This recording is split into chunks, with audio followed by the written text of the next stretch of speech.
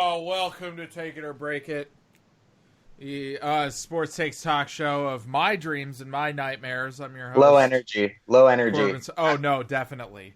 Out the gate. First off, just want to say, even if you don't respect the man, you should respect the office. Even I disagree with that. Well, that's, I guess that's your right, but hopefully it won't be for long. I'm here with a comedian and a guy, Josh Androsky. Joshua, how are you doing? Hey, I'm just a guy, man. I'm just like you. You say that to people in like that pizza place. Hey, I'm just like you, brother. Come on, man. I'm just like you. I put my vape on one cloud chuck at a time. I'm just slinging that dough, just like you, my man.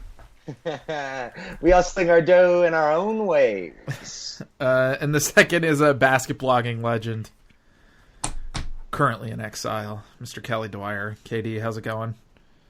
I'm nothing like you. That's fair. You're not slinging this dough. No. How you guys doing? Marvelous. I'm pretty good, baby. Cool. Great. Happy to hear it.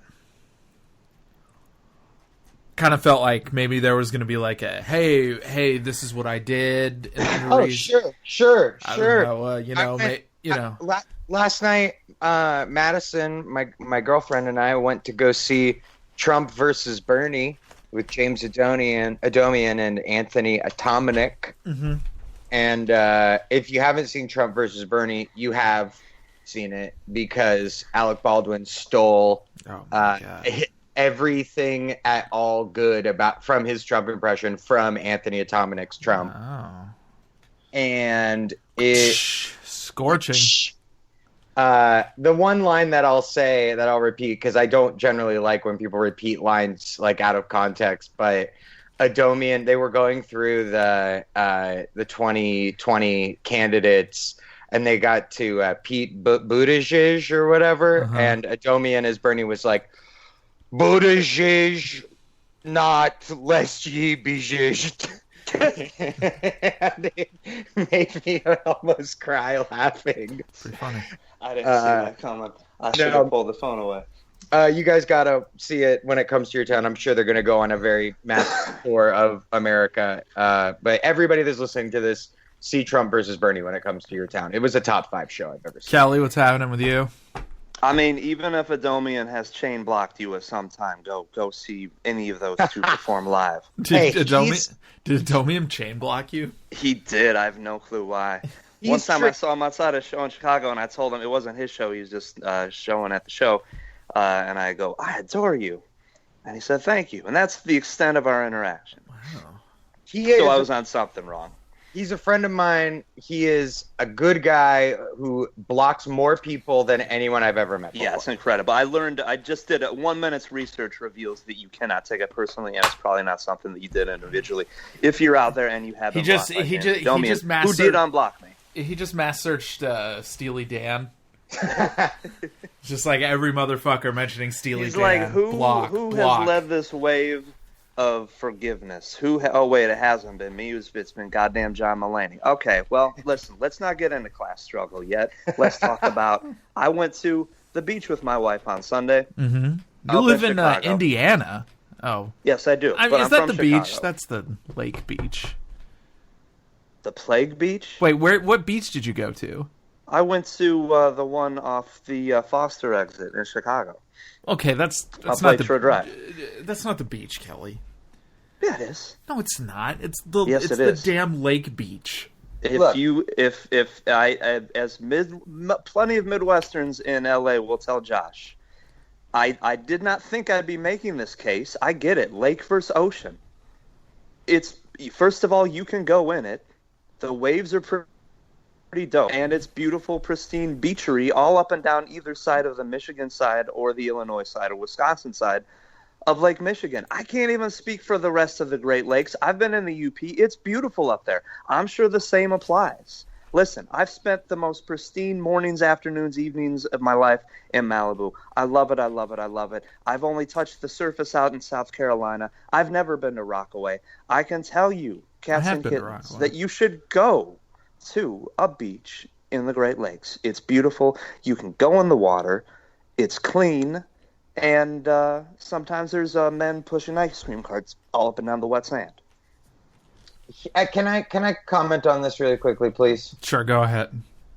Here's what I'll say. As a person who grew up near enough to Malibu that I would cut school and go to Zuma Beach, I agree with Kelly that if you are on some sand and there's kids playing and you cannot see land on the other side, unbelievable, baby, that's a beach. Oh yeah, how small do you think these lakes are? Crumbly. Look, I understand that they're Great Lakes, but do some Wikipedia on the word Huron. It's got some unfortunate. There's a lot to dig into in this off season. That's just been nothing going on.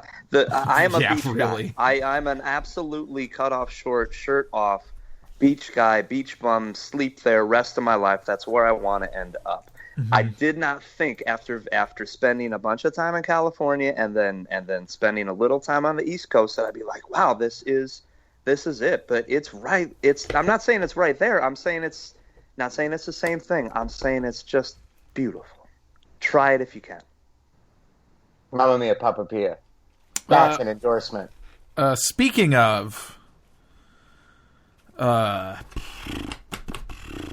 nothing going on. There's nothing going on. I looked up sports news. You know what came up? The British Open. Oh, drag. Golf, people. And look, don't get me wrong. I don't want to condemn the dog days of baseball. It's a wonderful sport. It's a beautiful game. Okay. Wimbledon, I guess, happened a while ago. Sure. Yeah, of course. Corbin, I believe it's pronounced Wembley. Like Wembleyton? No. What? Moving on to other sports. So this is all to say there's nothing going on in the present right now, which means that we need to go to the past. Ladies and gentlemen, it is an all-trivia episode of Take It or Break It. Ah, Christ. Fuck, I'm going to get destroyed. Woo! That's right, ladies and gentlemen. I have with me right here 5 Trivial Pursuit cards from the 1982 Sports Trivia edition of Trivial Pursuit. I will ask a question, and you will buzz in. If you get it right, that's worth 1 point. And then you will both get a chance to offer a take on the topic. A good take is worth 1 point. A very good take is worth 3, and a scorcher is worth 5. Do we all understand? I do. Josh. Even if it's... And if you offer a take that's only vaguely related, well, I guess that's what you did. You ready? Josh. All right. Question 1. What Philadelphia Eagles receiver was dubbed the Baron because of his German ancestry? Josh. Dr. Joseph Mengele. I'm sorry, it is not Dr. Joseph Mengele. Kelly, do you have a guess? I cannot sincerely think of a single Eagle before 1988. The answer is Pete Retzlaff. Pete was drafted by the Lions as a quarterback in 1953. He didn't get signed. He went to the Army. Then Philly traded for him, signed him, and played him at wideout, and then he made 5 Pro Bowls. Pretty weird. Yeah. So, let's hear your takes on Pete Retzlaff or his career. We'll start with Josh Androsky. All right. So, here's my take on... So, his nickname is The Baron? The Baron, yes, because of his German ancestry. Right. So, and his last name is Red / right? It's a Retzlaff. Retzlaff. But it sounds like Red. He's the Retz Baron, which is fine because that's German World War One, which even though they were, the aggressor, they weren't as bad as Austria-Hungary and the Habsburgs. So it's not like it was like a Nazi nickname. It was more like a Red Baron. And, if Snoopy gets that nickname, that's okay. So my take is... It was war. It wasn't camp. Also, it was only Snoopy war. wasn't the Red Baron. He was the World War I fighting ace who was hunting the Red Baron. Yeah. And Frankenstein's monster. Oh, I thought that Snoopy was cosplaying as like a Prussian. No. He was Schultz American flying ace. Okay, my bad. But the Red Baron is on pizza, and that's true. So what I'm trying to say is, he's got more of a Franco look, though. A white guy who takes a German nickname from a war. This is the best case outcome of that. Fine, whatever. 3 points. Also, least racist Philly receiver because he still didn't scream about N-words at a Jason Aldean concert or whatever that Bradley Cooper-looking receiver did. 3 points, I guess. Kelly. I was on a podcast with John Sally like the day after that happened, and I had to explain to John Sally, because it was just a news and notes thing, let's have a guy on from Yahoo, explain like why that receiver, whom I'd never heard of until seeing his image on Deadspin that day, was bad for doing that to John Sally. I had to tell John Sally why that was bad. It was, speaking of shooting fish in a barrel, let's try to get in the way of any rediscovery, any forgiving of the band called the Eagles. Mm-hmm. I know it's tired news. I know this is like a thing from 1994. I don't care. It's worth bringing up every 25 years. The Eagles are the worst. Mm-hmm. Admittedly, many of their solo selections jam. Yes. But the Eagles themselves, a collective outfit of devils, of Glenn Fry getting 2 beers in his date right away, bad, just icky. Admittedly, I do like the way they wore college football shirts all the time. I'm trying to do that $1 at a time at my local Goodwill. It's a fantastic get. They're a bad band. They're conniving. Mm-hmm. They're craven. They're just from stem to stern. They go right for the jugular, and the jugular back then was taking advantage of this Iliades 70s thing that was unassured of where it should have stood in front of in the sort of waning years when you turn from 22 to 24, and you're like, let's just do this. Let's just do this. Oh, this next album sounds contemporary. Oh, those lyrics are oblique, so I don't know what they mean. No. It's a trick.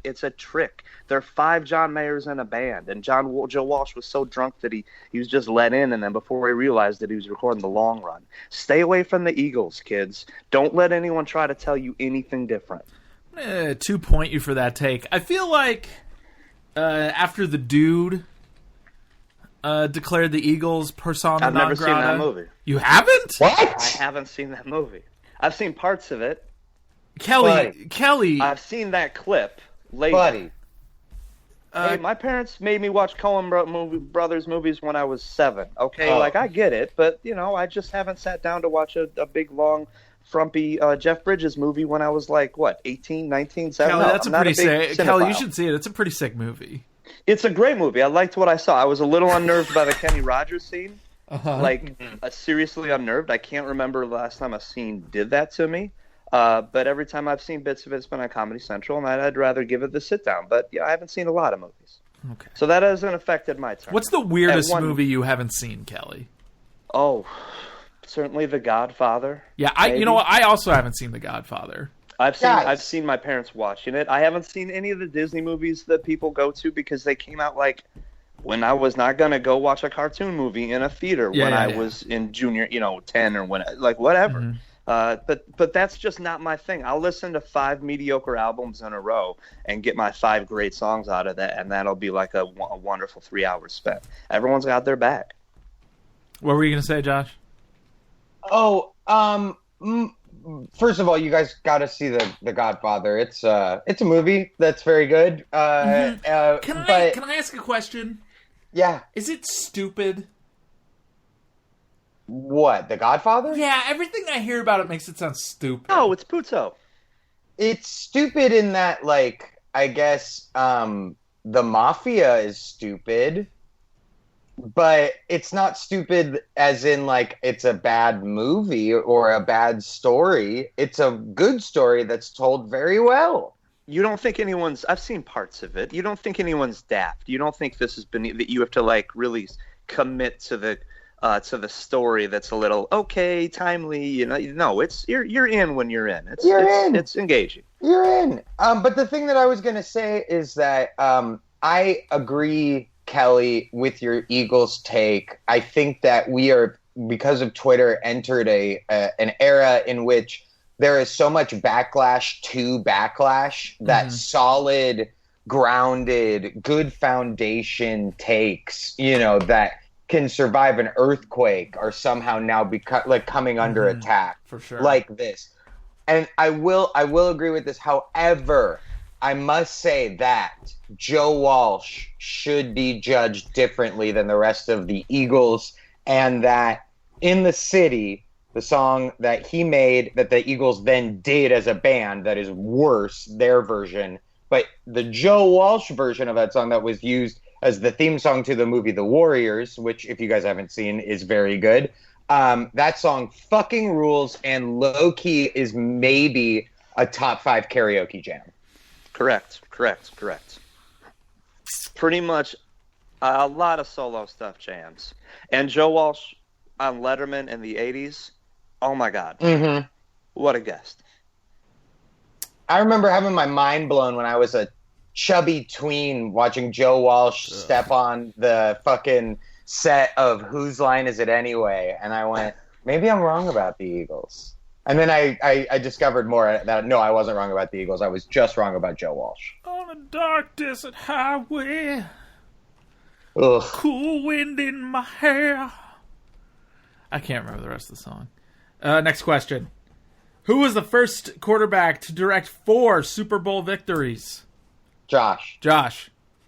Was it Joe Montana? I'm sorry, it was not Joe Montana. Kelly. Terry Bradshaw. Yes, it was Terry Bradshaw. You know his ass. I thought he only got 3. Kelly Dwyer, what is your Terry Bradshaw take? I was reading 7 Seconds, or am reading 7 Seconds or Less as an in-between book that I use in my in-between moments around the house. And recently read where just out of nowhere, out of context, just as he wasn't on the TV. Just Steve Nash offering up to a room full of football fans, the 05-06 Phoenix Suns, that Terry Bradshaw was not a top 20 quarterback. Just out of the blue, just shouting that. Like, Steve kind of keeps to himself.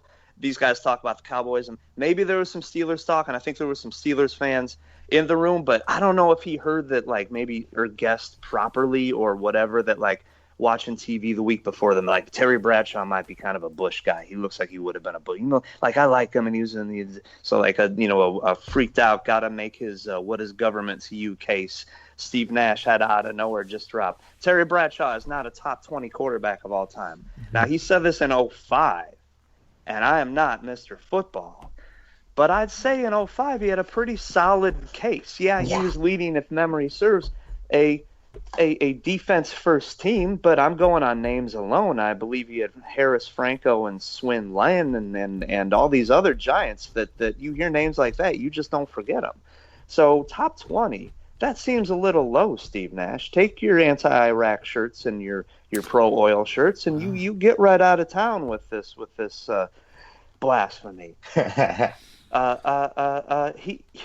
Listen, I can't remember the name of the movie. The Bandit. He knew the bandits. He was friendly with the bandit. More importantly, he was friends with Dom DeLuise. Mm-hmm. Terry Bradshaw, maybe not a top 200 person, but top 240. By 2005, I say top 20 quarterback. 2 points, Kelly. Androsky? All right, I'm going to start by saying that was worth more than 2 points. But, hey, that's just one little Bears opinion. Hey, Ron Mercer had to work hard for what he got. That's fair, 3 points. All right, go ahead. Here's what I'll say. I believe that, and I don't know exactly what the cause is of this. I think that more time needs to be devoted to this study in order to figure it out. but I think that Terry Bradshaw is capable of reaching maybe not the peaks of Charles Barkley as commentator, but certainly like the average body of work of Charles Barkley, because as you mentioned, he is friends with Dom DeLuise, or was. I'd say that Terry Bradshaw still says is. And I believe... Because like the rest of us, he gets him and Paul Prudhomme mixed up. Yeah, of course. Is Dom DeLuise ever truly dead if he lives on in our hearts? In our spice cabinets? Yeah. So what I'd say is, I don't know if it's Fox's fault. I don't know if it's network versus cable. But if anybody here listening to this knows anybody, maybe your uncle, maybe a friend who has some juice over at Fox Sports, let Tear Bear loose. I feel like he could. There's a moment that I view as a peak of Charles Barkley's broadcasting career where I believe it was the day of the Preakness, but I don't think they'd mentioned it on the broadcast. And apropos of nothing, like in the middle, like Kenny the Jet talking about bullshit about how he probably trying to say that he is as good as of a basketball player as either of his co-hosts. Charles Barkley interrupts and just goes, "Man, why do horses gotta have names?" And then Ernie was like, because Ernie's a pro and he's a good host, he was like, "Chuck, where are you going with that?" And Chuck goes, like, even if we gotta give them names, why do the names gotta be like Benjamin's desk? Why can't they just be named Kevin? Oh my God. And it was from like 2 or 3 years ago on like a random weeknight, like Tuesday in the middle of the season. And I feel like maybe Terry Bradshaw can't reach that peak, but the average body of work, if he's just let loose, I think he can get there. So please let Terry Bear free.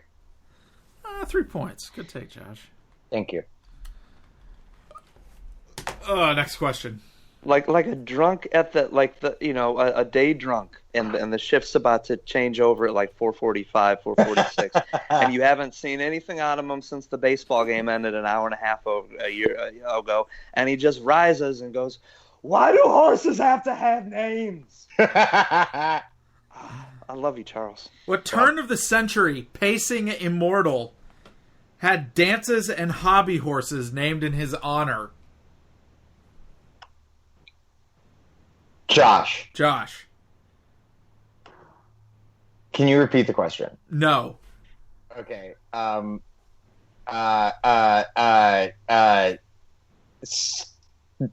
Timothy Comcast. Sorry, it's not the case. Kelly Dwyer, do you have a guess? No, I don't. Al Jackson Jr. The answer is Dan Patch. Okay. So I looked this guy up on Wikipedia. This guy is wild. First off, pace racing. It's horse racing, but you've got a little wheeled cart on the back of the horse. Oh, okay. Oh, I thought it was horse racing, but then you found out it was from New York City. Don't understand. Oh, Pace Picante. Good joke. I used to live by a track. Okay, here's the thing. This guy was so good at pace racing that people would not race against him. Like, he just won every pace racing race he was ever in. And he was so good that eventually everybody else who did pace racing was like, I'm not going against this asshole. So, just completely undefeated. So what he did was that he went around the country and did solo pace racing exhibitions. And people from all over would just come to see this guy get wheeled around in a little cart by a horse that was going really fast. Yeah. You believe that shit? What stadiums? Like, what are we looking at? I don't know. Polo Fields, probably. Well, I always like to look at, like, who's playing where and stuff like that. Like, when a band does a tour, I like to see where they are in certain cities, I like to see, kind of get the perspective. So you get to learn about a place like Rooster T. Feathers. He had his own private rail car. I'm looking at his Wikipedia right now. He just had his own rail car. That's the GA of turn of the century. The GA? G8. That's like the private jet. Oh, like, yeah. Here, look at this cart. Look at this cart, guys. Here. Send it to you in the Skype convo. Beep. That's good audio. Just owns his own rail car. Whatever. It's perfect. It's fine audio. For those of you listening to the podcast, which I hope is all of you, he looks like an ice cream man. He does. He looks like an ice cream man who is whose legs are like a foot shorter than normal legs. Mm-hmm, he looks like a child. This picture of him is a drawing on his Wikipedia page, and it looks like a child who's holding a fishing rod on an old-timey bicycle, like, you know those penny farthing bicycles? It looks like the two front wheels of those penny farthings are attached to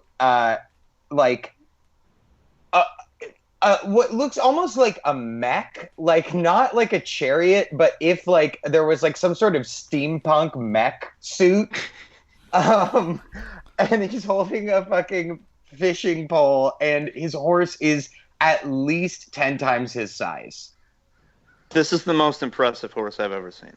Yeah, the horse is insane. And also from profile, he looks like Joseph Stalin. Dan Patch, not the horse. In his Wikipedia profile, they list all the horse I'm starting to think that maybe Dan Patch is the horse.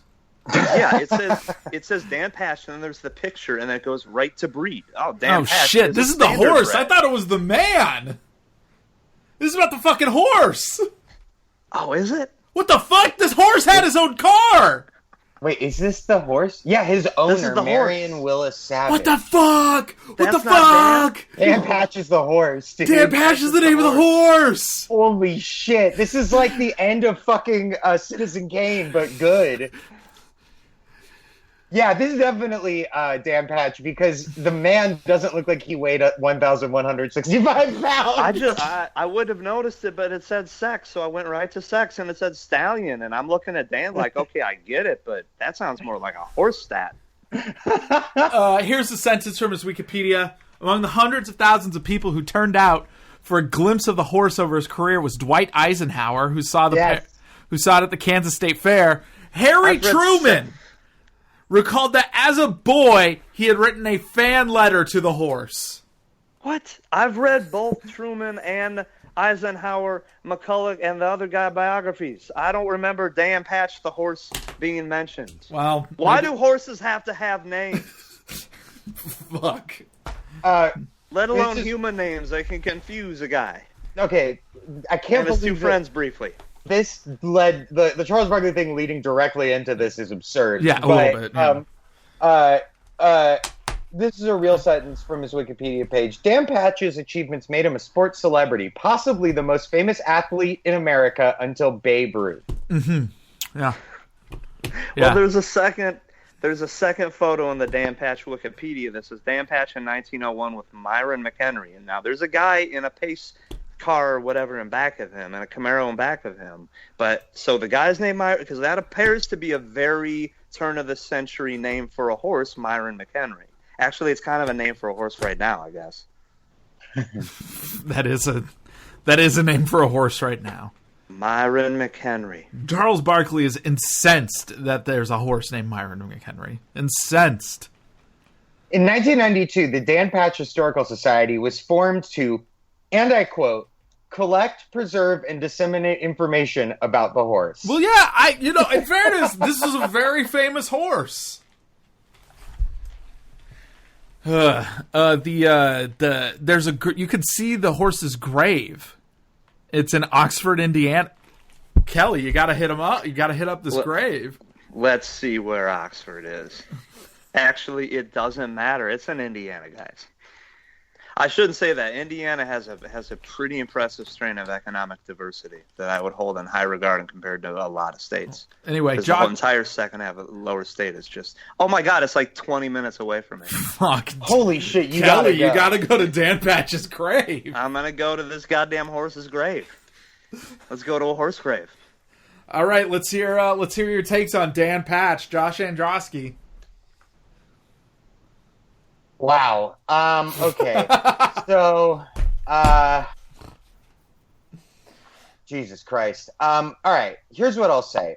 The world. A lot of people say that the world is like a worse place now for a lot of reasons, like Trump or climate apocalypse and all that, and they're wrong. The world is like a better place in a lot of ways than it's ever been before. We are at a historically low time of violence. We are at a historically high time of religious tolerance, whatever you want to call it, when you grade on the curve of history, of human history. So the thing is, though, they are right that the world used to be a better place, but they're wrong about the reason why. The reason why is because 20, 30,000 people used to drop everything, walk away from their giant old-timey factories where they polished cogs, and, Cogs need polishing. The cogs need a polishing. If they don't, they get a squeaky. They get gunky. You don't want to get gunk on your cogs. That's why you got to buy Dan Patch's cog gunk.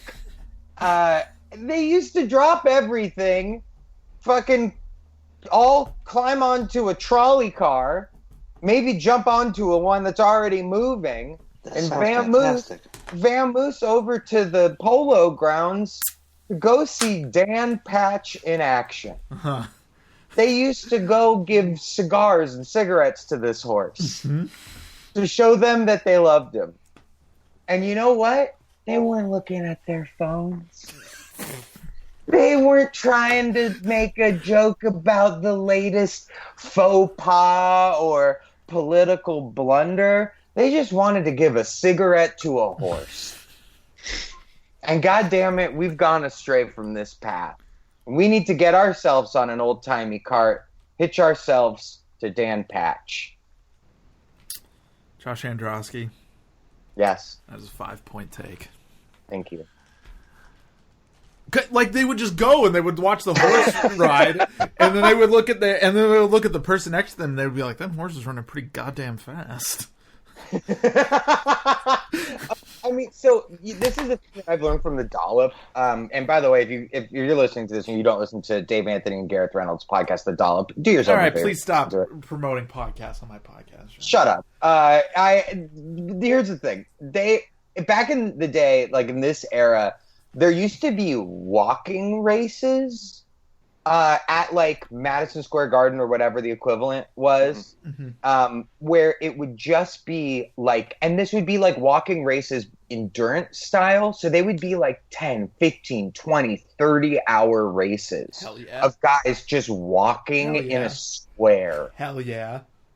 And so when Dan Patch came to town, can you imagine the electricity in the air? There wasn't even real electricity in the air. This is incredible. Kelly Dwyer, what is your take on Dan Patch? One Daniel Patch. I don't know if his name was Daniel. Yeah, but it wasn't. I apologize. I mean, it's not like you have to. I mean, why do you have a nickname? It's to get the attention of a toddler. You don't have to like, oh, he's not turning his head to Daniel. Well, we call him Dan. 5 points is. I mean, that's the maximum amount of points, right? Right, Corbin? That's the most a person can get on this show. That's true. But he earned these through words, Josh Androsky. I'm going to hop in a hatchback and set my cruise control and drive down to the grave of goddamn Dan Patch. I'm going to put my literal pedal to the metal, my ass to the road, and my boat to full sail and head west and north at the same time, which was legalized in Indiana around the same time Dan Patch passed away. Yeah. It used to be you could only go only cardinal directions in Indiana. Anything else was sinful. Well, I've lived here for 14 years, You don't want to see these people after they've sinned. It's troubling. The guilt that sets in, Mm-hmm.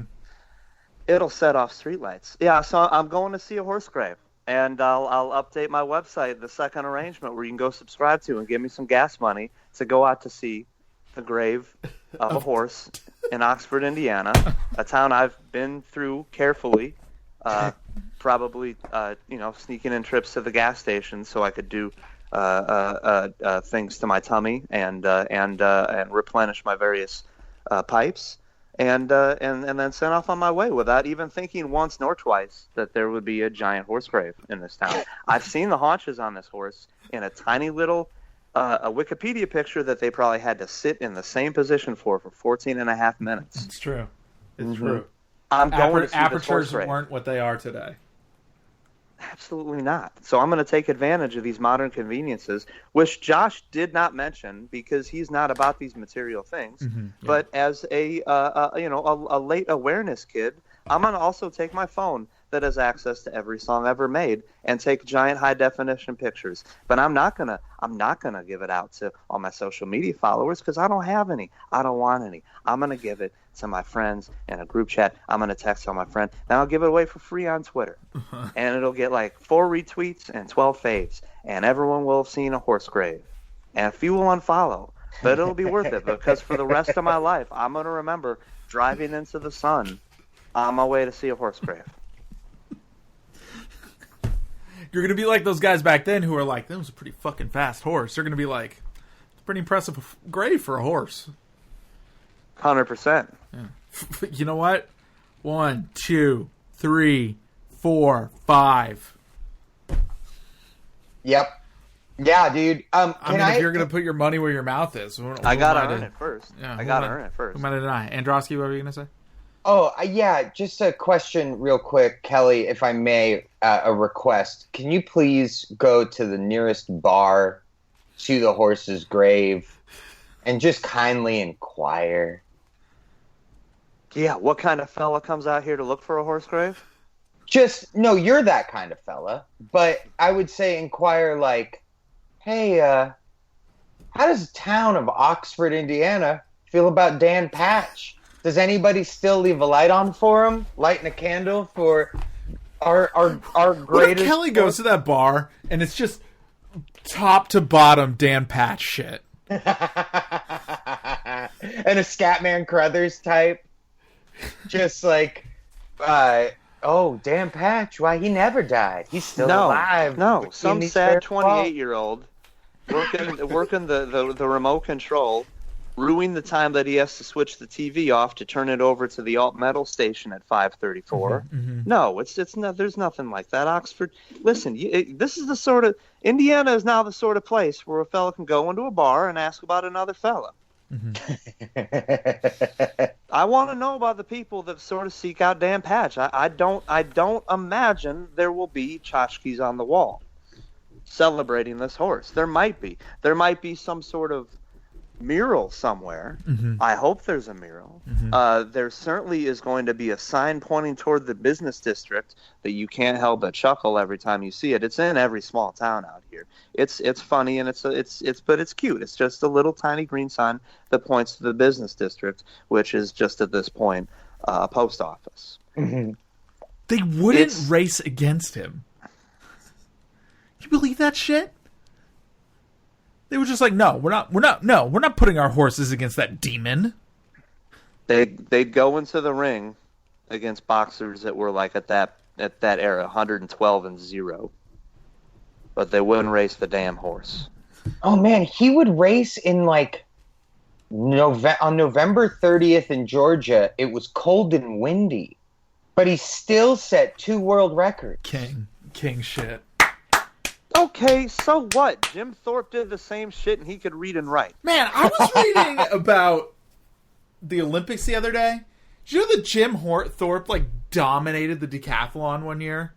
And then later on the IOC found out that he very briefly played a little bit of professional baseball. Yeah, $2,000 says that card is in that set you're looking at right now.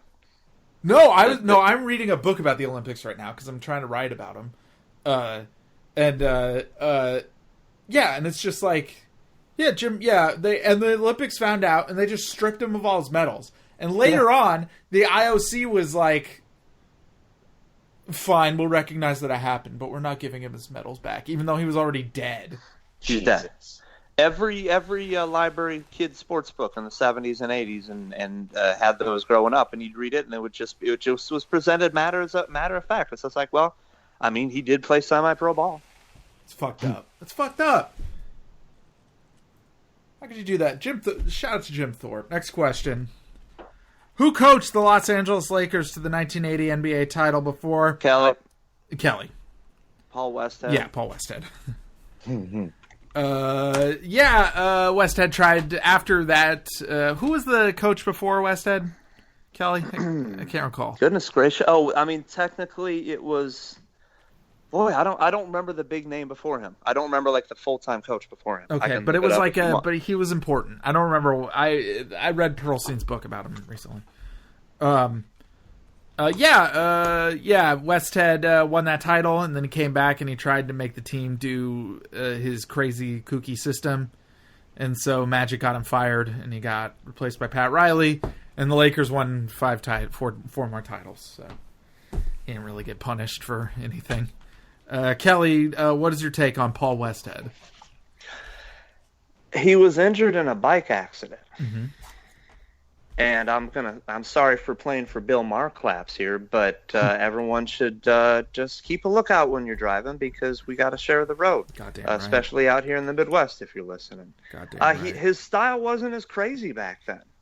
It absolutely wasn't as crazy. It was certainly not how it was with the Denver Nuggets in the early 90s, which were just...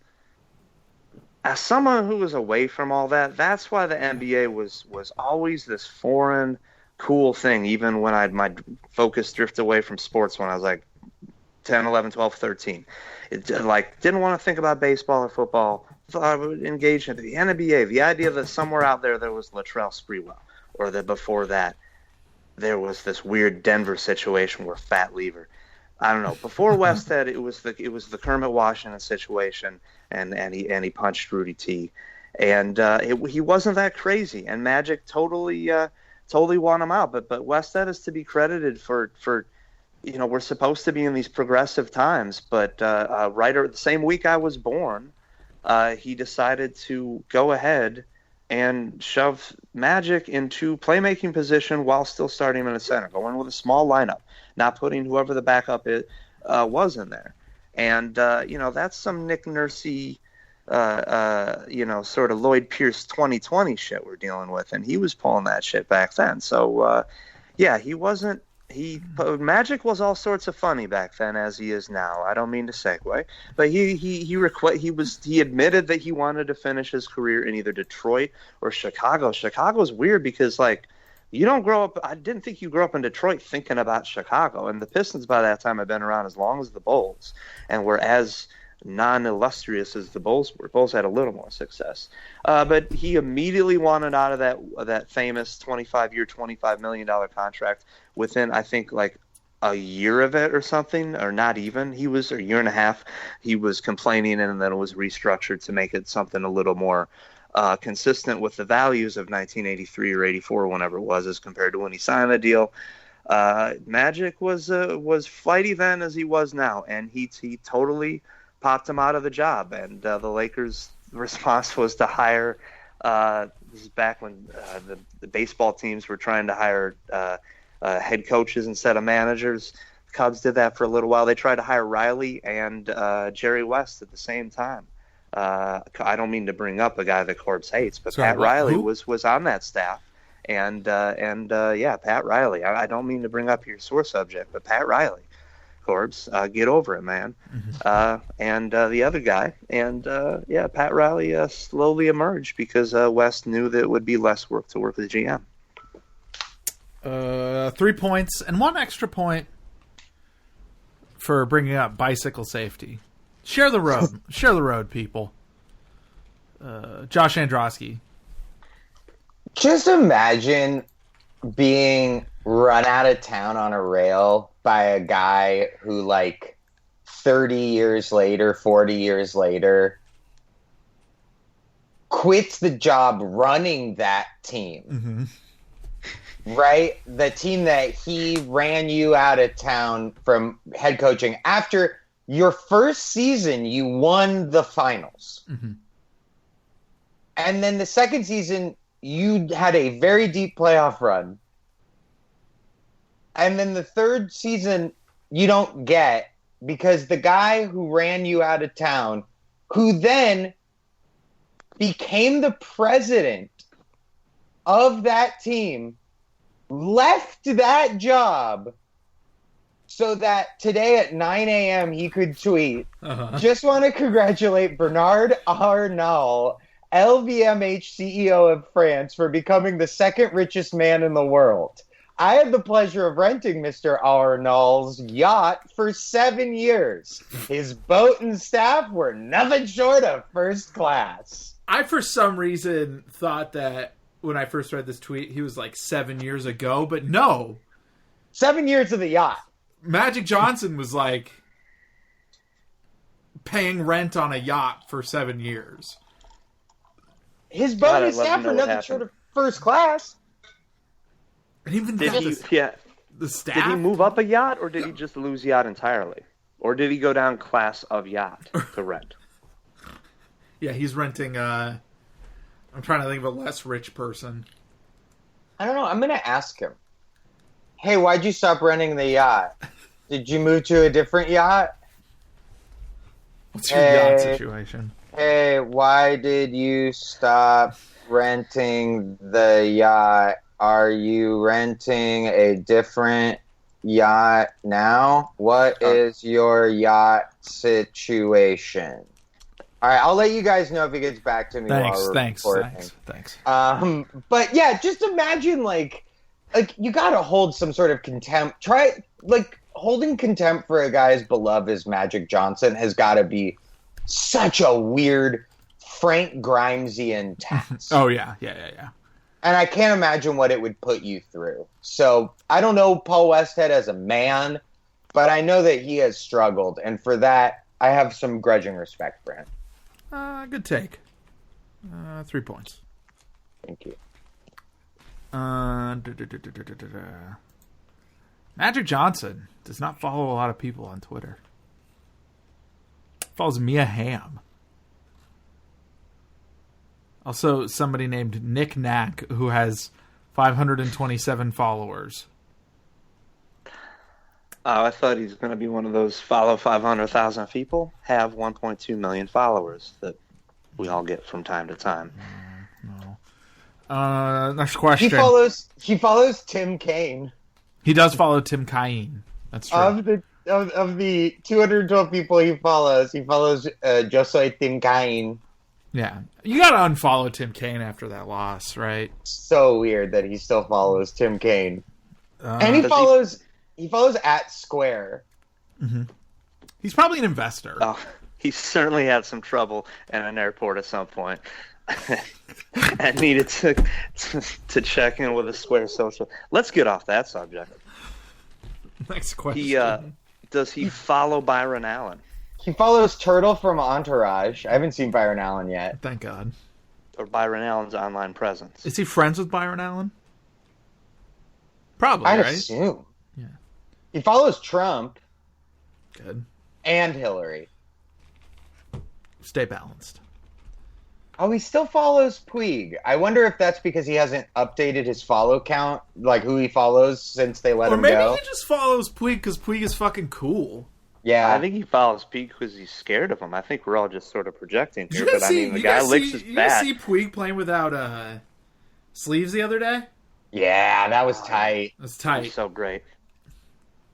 Like a lot of them, like Votto also looked pretty fucking cool, but like Puig was just out there, firing machine guns into the stadium. I like the Reds because they have the favorite player of both the conservative dads and the pothead dads in Votto and Puig. In my dad's case, both. Yeah, you know what? I think that's a little unfair to Votto. I think Votto has some pothead appeal. He does. Oh yeah, myself included. Yeah. Yep. I love Votto. I can see past the dads love him thing. Yeah. Really quick, Magic following update. He follows, and I think he might be the only person that does this. Both conservative Florida politician Rick Scott and Tony Award-winning actress Kristen Chenoweth. Yeah, it's probably only him. Wait, Chenoweth was the one who didn't like abortion, though. Am I crazy? Oh, I don't remember, but she might be one of those like weird Christian ones. I call myself a friendly Christian, progressive Christian. Something along those lines. Question 4. Who retired with 573 home runs, the most ever hit by a right-handed batter in the American League? Kelly. Harmon Killebrew. It is Harmon Killebrew. God wow. Damn. A Jewish baseball legend from Wikipedia. Once asked what hobbies he had, Killebrew replied, "Just washing the dishes, I guess." Kelly Dwyer, what is your Harmon Killebrew take?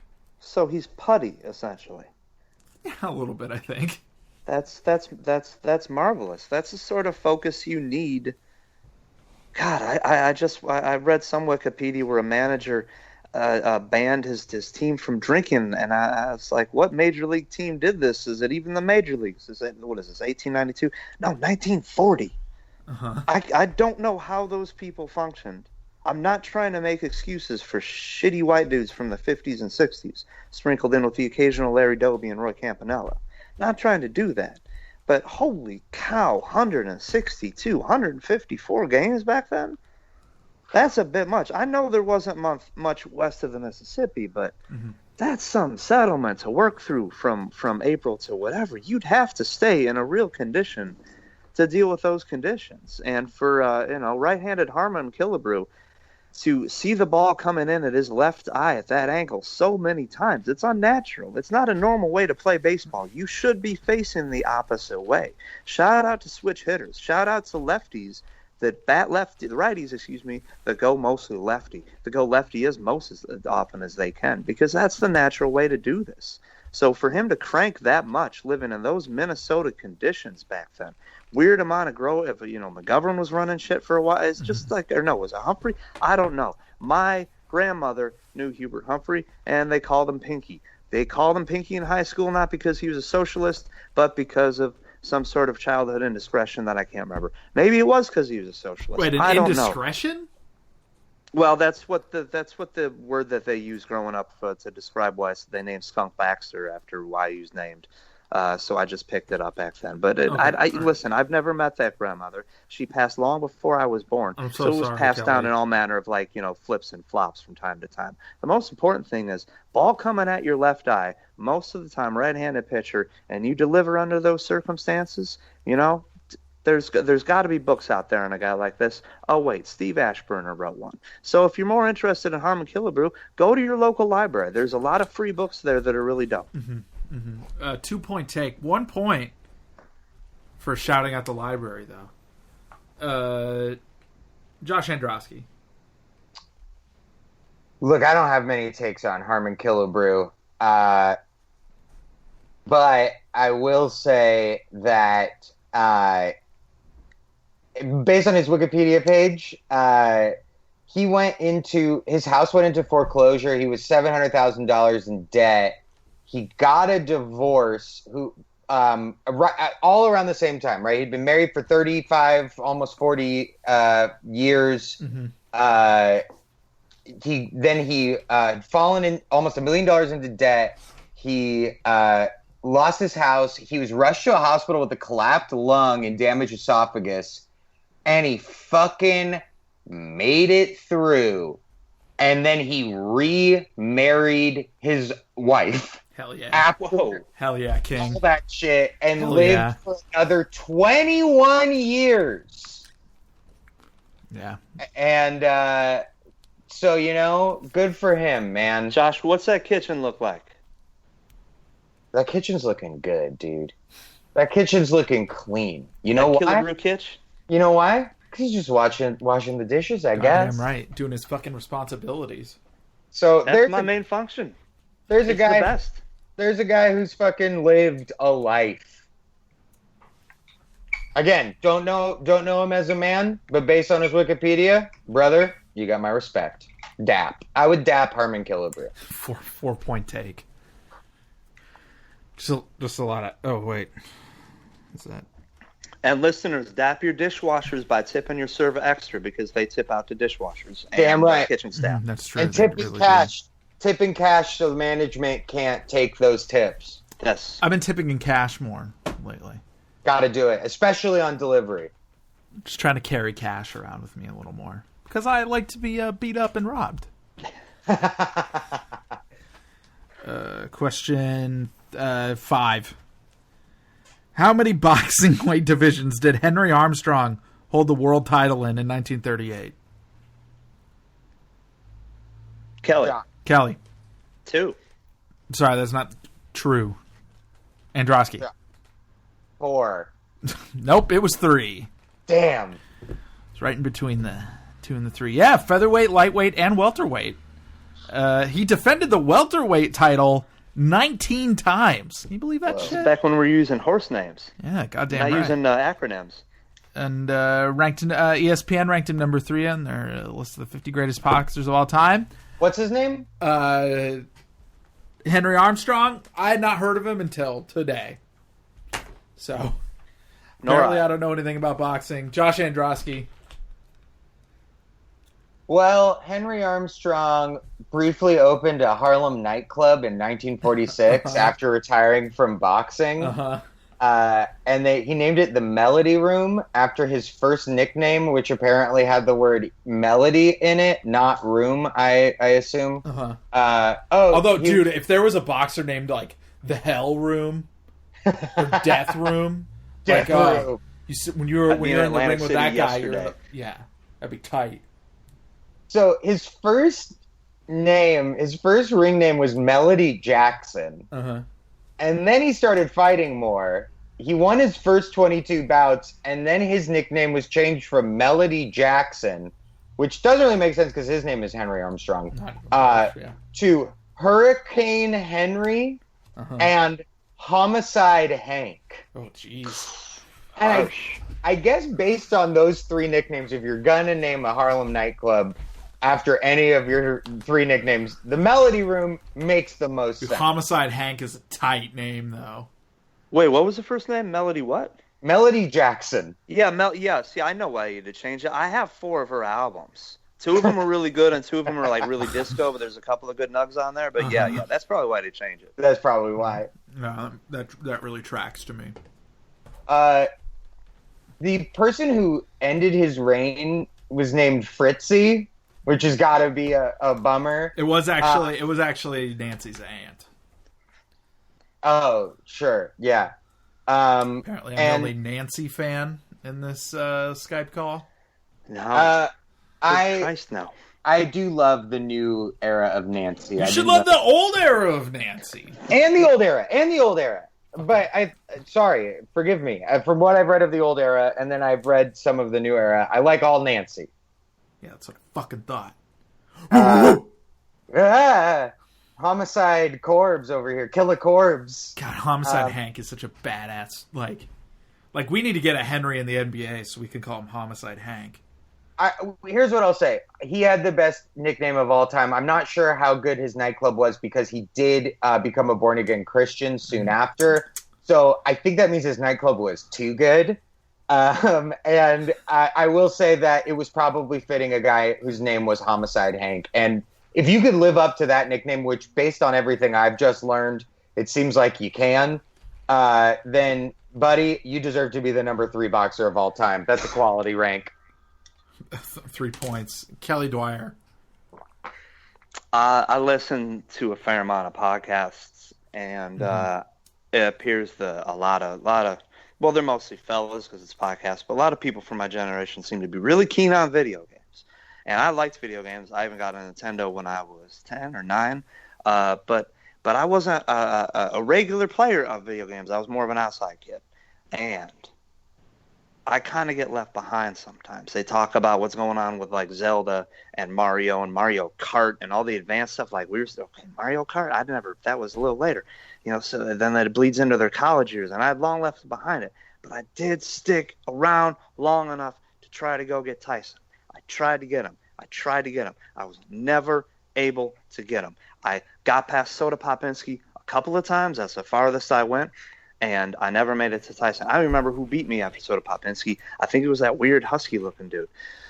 So it's my turn to confidently talk about video games. Let's talk about the most appealing to whoop on characters, players in Mike Tyson's Punch-Out. Number one is Von Kaiser. I always enjoy pushing a Hessian around, but in terms of ease of movement and just the ability to just show what you got, that 5.2 Mac that you know is in there, you can just unleash with him. You could just north, west, that's about it. But everything else is just bam, bam with Von Kaiser. And he just leaves himself so amenable to attack from what we call the Russian front. And behind him would be probably for me Piston Honda. He's a huge bear of a man, but he's the first one to sort of present a clever challenge, and that lingers from the 8-year-old to the present day. If you're playing in whatever they set up to have you play a bachelor party and you're the only sober guy there, so you're just killing everyone at that weird advanced little NES thing they brought there. So he's there. Glass Joe is all right, but not so much. Don Flamenco is fun for me to beat because my strain of Irish is sort of the dark Irish, and the Dwyer, you can kind of trace it back to it's Spanish. That's where we come from, and then we landed in Ireland, and then we went in a cave. So that's sort of my people. So I kind of see that, especially when the toupee comes off. It's like me and Flamenco kind of quit the same stuff at the same time, and that's when the hair came off from having a hard time. So you just get your rhythm in. So I'm going to go with that. But number one, to me, to topple will always be Von Kaiser. He's just a wonderful punching bag to dance around. Hey. Beautiful. Yeah, 3 points. This is our last question. Are you guys ready? I got all night, baby. My kid just drove our car to work. Yeah, but Josh doesn't have all night. So. I know. Josh has actual work. Yeah. But Josh, are you the manager at a trampoline station in a mall? No, I wish I was, though. That sounds Is that what your daughter does for a living? She turned down the manager position because she wants to keep her upward mobility at a fast food chain that I won't name. Mm-hmm. Oh. Yeah, she's a great kid. But right now she's helping kids into a little trundle thing to get to bounce up and down in sort of like a situation with a trampoline in a mall. It's great. Let's try Question number 8. Which member of baseball's Tinker Evans Chance trio was nicknamed the Crab? Josh. Tinker Tailor Soldier Spy. Kelly, do you have a guess? Evers? He seems like he gets around. Evers? Did you say Evers? Evers appears like he gets. Evers has been up on Lawrence and Broadway. Kelly, I have some wonderful news for you. You 1 out of 3'd the shit out of that one. It was Evers. These dudes. I'm not a betting man, but that's a 1 out of 2, fella. Okay. These dudes were in a poem by Franklin Pierce Adams. I will now read the poem. These are the saddest of possible words. Tinker to Evers to Chance. Trio of bear cubs and fleeter than birds. Tinker and Evers and Chance. Ruthlessly picking our gonfalon bubble. Making a giant hit into a double. Words that are heavy with nothing but trouble. Trouble. Tinker to Evers to Chance. Kelly Dwyer, do you have a take on John Evers, Tinker, and Chance? Crabs? Well, Evers was called the Crab. What would happen if someone published that post in SB Nation tomorrow? They would get nonstop roasted.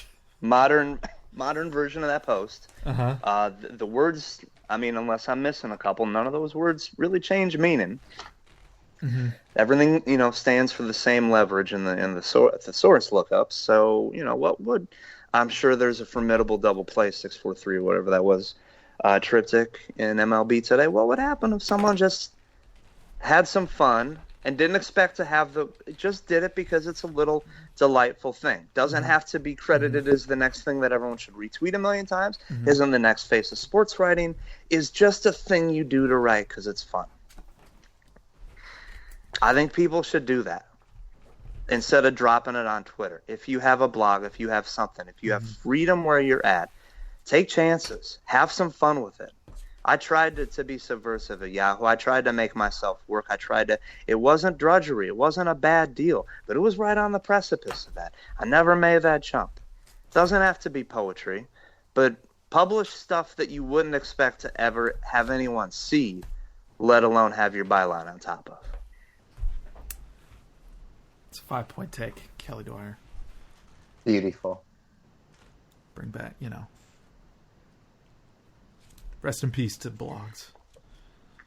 Josh, what's your take on Tinker, Evers, and Chance?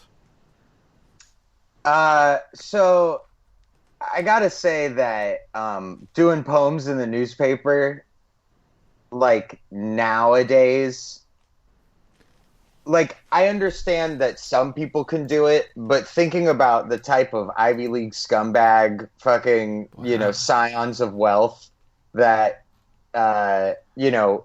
or worse, just fucking like weird grifter people like Sopan Deb, like doing a poem makes me really happy to think about, like that they would have a flight of fancy to try to make a Tinker to Evers to Chance. But I don't think it'll happen. I think that this is a woebegone era. What I will say is that I don't think anything will be so monolithically part of the culture like baseball was in the era of old-time radio that a poem like this will last. Because when was this fucking poem written 1910? And like, in an advertisement for The Hours, remember that movie with Nicole Kidman, Meryl Streep, and Julianne Moore that was just Oscar bait, the movie? An advertisement for The Hours called it the acting version of Tinker to Evers to Chance. And just for like a cultural reference to last that long in this era now of like 8-hour news cycles seems so unfeasible that it feels like it happened on a different planet and that I'm reading it in a sci-fi book. I heard that movie's whack except for the Nicole Kidman parts. Really? I have no frame of reference for how to feel about that movie. Also, I mean, we all know how Corbin feels about Meryl Streep. Yes. And I agree with you, by the way. Good take. Thank you. Julianne Moore's better. Julianne Moore is better than Meryl Streep. Streep's a phony baloney.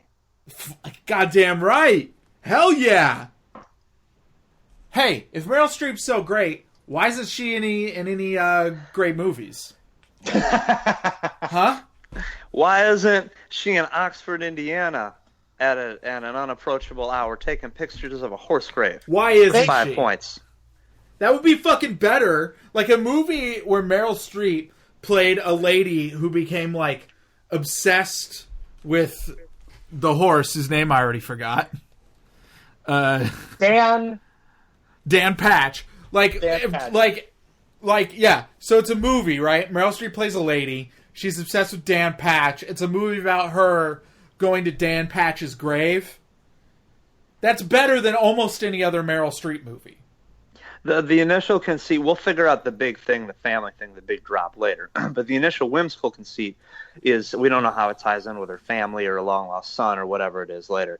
But the initial thing is she's getting ready to get on a plane, and just like you, she comes across that Wikipedia page, and she's reading it thinking this is a person, this is a human with a family and friends and lineage, people that are still out there, and he's buried in Oxford, Indiana. Yeah, and I'm going to Chicago. That's got to be it's near Indiana. I got to know. Okay, so I'm going to Midway. Where's blah, blah, blah.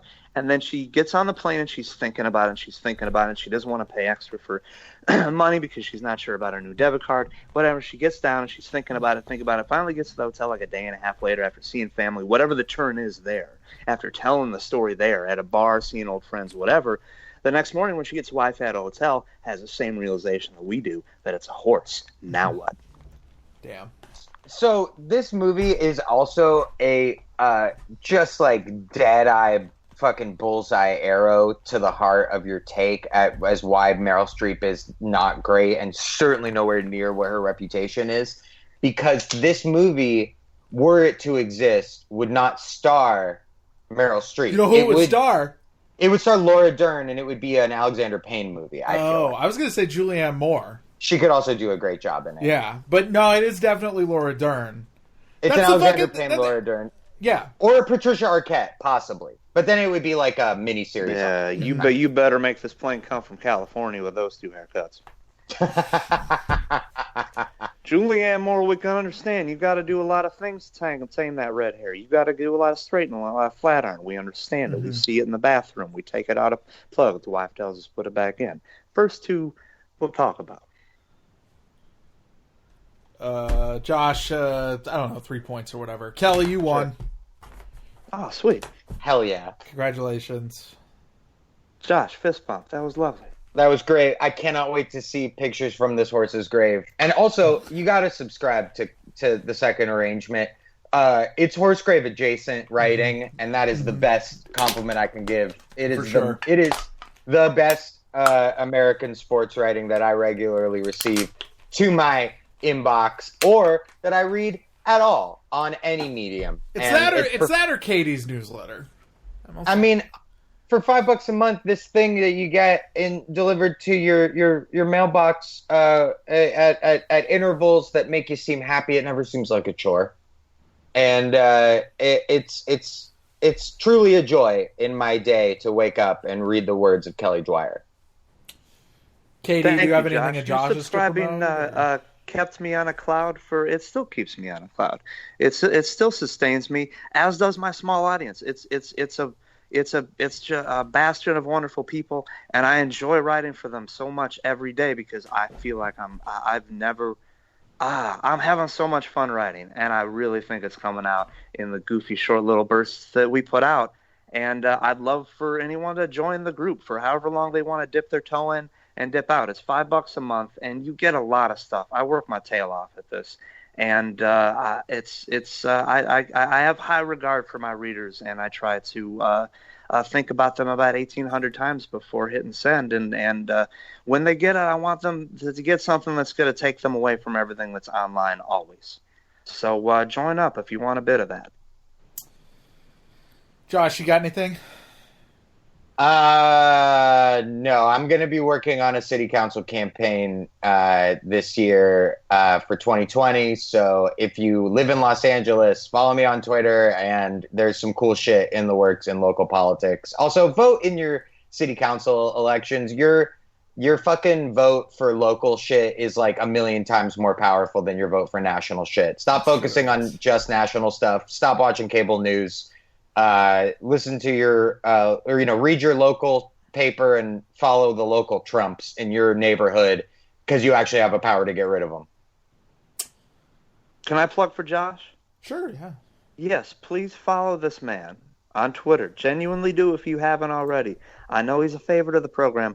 Follow also Mike Bridenstine on Twitter. Brido, Brido. Josh was just on a podcast of his and talked wonderfully about just basic 101 compelling reasons about why we should consider a future that leans a little more toward a bit of we're getting away from capitalism, let's be honest. And Josh is going to keep us up on this, okay? So for those of us that need a bit of a reference point, Josh and that podcast, they're your guys, and it's a bit of fun. Go listen. Thank you. Check me out here and there. That's all. Everybody, everybody have a wonderful day.